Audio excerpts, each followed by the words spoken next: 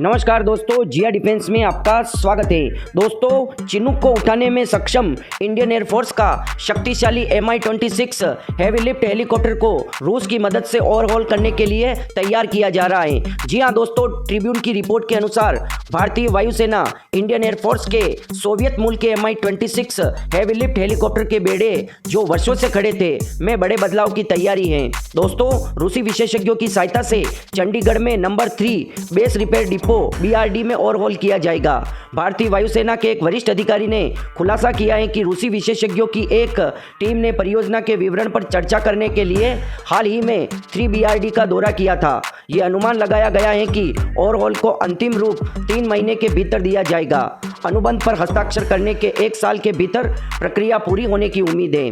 दोस्तों, सूत्रों के मुताबिक मुख्य ओवरहॉल का काम 3 BRD में किया जाएगा, जो भारतीय वायुसेना में रूसी हेलीकॉप्टर के रखरखाव और ओवरहॉल के लिए जिम्मेदार है। हालांकि कुछ कंपोनेंट को तोड़कर मरम्मत के लिए रूस भेजना होगा।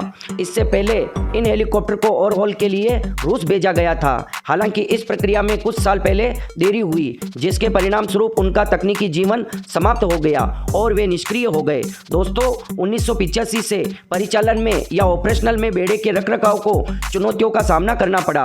इंडियन एयरफोर्स ने हेलीकॉप्टर की ओवरहॉलिंग के विभिन्न तरीकों पर विचार विमर्श किया, जिसमें उन्हें रूस भेजना भी शामिल था।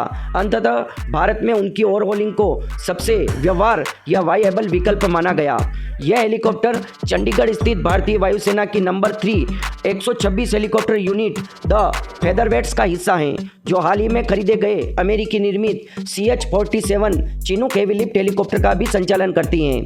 दोस्तों, चिनूक के साथ काम करने वाले पुनर्स्थापित Mi-26 हेवी लिफ्ट हेलीकॉप्टर भारतीय वायुसेना की भार उठाने की क्षमता में काफ़ी वृद्धि करेंगे, जो आगे के क्षेत्रों में पुरुषों और उपकरणों के परिवहन के लिए महत्वपूर्ण है। दोस्तों, इंडियन एयरफोर्स के अधिकारियों ने Mi-26 की क्षमताओं की अनुपस्थिति पर ध्यान दिया, खासकर पूर्वी लद्दाख में चीन के साथ 2020 के गतिरोध के दौरान। इन हेलीकॉप्टर ने 1999 के कारगिल संघर्ष में महत्वपूर्ण युद्ध उपकरणों को रणनीतिक स्थानों तक पहुंचाने में महत्वपूर्ण भूमिका निभाई। दोस्तों, 20 टन तक एयरलिफ्ट करने की क्षमता के साथ यह helicopter C-130 super Hercules transport विमान के बराबर पेलोड ले जा सकता है। मतलब दोस्तों, ये C-130J सुपर हरकुलिस ट्रांसपोर्ट विमान जो भारी भरकम 20 टन का पेलोड ले जा सकता है, यह हेलीकॉप्टर उसके बराबर पेलोड ले जा सकता है। मतलब बहुत हेवी लिफ्ट हेलीकॉप्टर हैं। दोस्तों, Mi-26 अपने धड़ के अंदर भारी वाहनों को ले जा सकता है। इसके विपरीत चिनूक 12 टन तक वजन उठा सकता है और इसका उपयोग हल्के वाहनों को और तोपखानों को अंडरस्लंग मोड में ले जाने के लिए किया जाता है।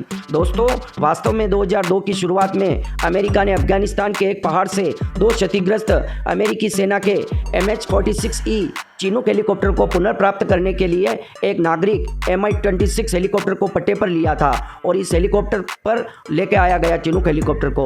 दोस्तों, उच्च रखरखाव और लागत के बावजूद Mi-26 प्राकृतिक आपदाओं के दौरान सैन्य संचालन और नागरिक सहायता और तोपखाने और भारी उपकरण और निर्माण मशीनरी की ऊंचाई वाले और दूर दराज के क्षेत्रों में ले जाने में महत्वपूर्ण रहे हैं। दोस्तों, आपको बता दें कि यह भारत का सबसे ज़्यादा हेवी लिफ्ट हेलीकॉप्टर है अब तक का।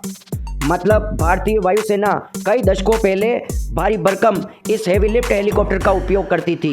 दोस्तों, इसने 1999 में कारगिल युद्ध में होविट्जर तोपों को अग्रणी स्थानों पर पहुंचाकर यह भारत के लिए एक गेम चेंजर बन गया और बल के पास अपनी सूची में एक कोई हेलीकॉप्टर नहीं है जो एक ही उड़ान में 11,700 किलोग्राम वजन वाली बोफोर्स तोप को एयरलिफ्ट कर सके। मतलब दोस्तों, भारत की एयरफोर्स की लिस्ट में ऐसा कोई हेलीकॉप्टर नहीं है जो बोफोर्स तोप को उठाकर रणनीतिक स्थान पर ले जा सके, या मतलब जहां पर युद्ध हो रहा हो वहां ले जाया जा सके। दोस्तों, भारतीय समाचार पत्र द ट्रिब्यून ने बताया है कि रूसी तकनीशियनों की एक टीम परियोजना के तौर तरीके को अंतिम रूप देने के लिए चंडीगढ़ में है और कुछ महीनों के भीतर अनुबंध पर हस्ताक्षर होने की उम्मीद है। दोस्तों, इंडियन एयरफोर्स के एक अधिकारी ने कहा, हमें उम्मीद है कि लगभग 3 महीने में जो अंतिम रूप दे दिया जाएगा उसके बाद का ओवरहॉल अनुबंध पर हस्ताक्षर होने के लगभग 1 साल में पूरा होने की उम्मीद है। अनुमान है कि हेलीकॉप्टर अगले 10 से 12 वर्षों तक उड़ान के योग्य बने रहेंगे। दोस्तों, चंडीगढ़ में 3BRD में ओवरहॉलिंग की उम्मीद है। भले ही कुछ स्पेयर पार्ट्स को रूस से मांगने की आवश्यकता हो सकती है। भारतीय वायुसेना द्वारा जहाज द्वारा रूस में हेलीकॉप्टर भेजने की खोज के बाद यह विकल्प सबसे प्रभावी बन गया। दोस्तों, यह डील काफ़ी समय से अधर में लटकी हुई है और पूरे Mi-26 बेड़े को 2017 में रोक दिया गया था ओवरहॉल के लिए। भारतीय वायुसेना ने 1986 में 4 Mi-26 super heavy lift helicopter को शामिल किया था, जिन्हें नाटो द्वारा हेलो के नाम से जाना जाता था। इसकी भारी लिफ्ट क्षमताओं के लिए इसे स्काई स्क्रेन के रूप में जाना जाता है। दोस्तों, इसमें 2 लोटावरेव D-136 टर्बोशाफ्ट इंजन Mi-26 को शक्ति प्रदान करते हैं। प्रत्येक इंजन 8380 किलोवाट बिजली का उत्पादन करता है। दोस्तों, Mi-26 अधिकतम 295 किलोमीटर प्रति घंटा की गति से उड़ान भरता है और 255 किलोमीटर प्रति घंटा की क्रूज गति से उड़ सकता है। हेलीकॉप्टर की रेंज और सर्विस सीलिंग क्रमशः 1952 किलोमीटर और 4600 मीटर है। मतलब इसकी रेंज 1952 किलोमीटर और सर्विस सीलिंग 4600 मीटर है, जबकि इसकी होवर सीलिंग 1700 मीटर है। मतलब दोस्तों, ये 1700 मीटर की ऊंचाई तक सामान को उठाकर ले जा सकता है। विमान का वजन लगभग 28,200 किलोग्राम है और इसका अधिकतम टेक ऑफ वजन 56,000 किलोग्राम है।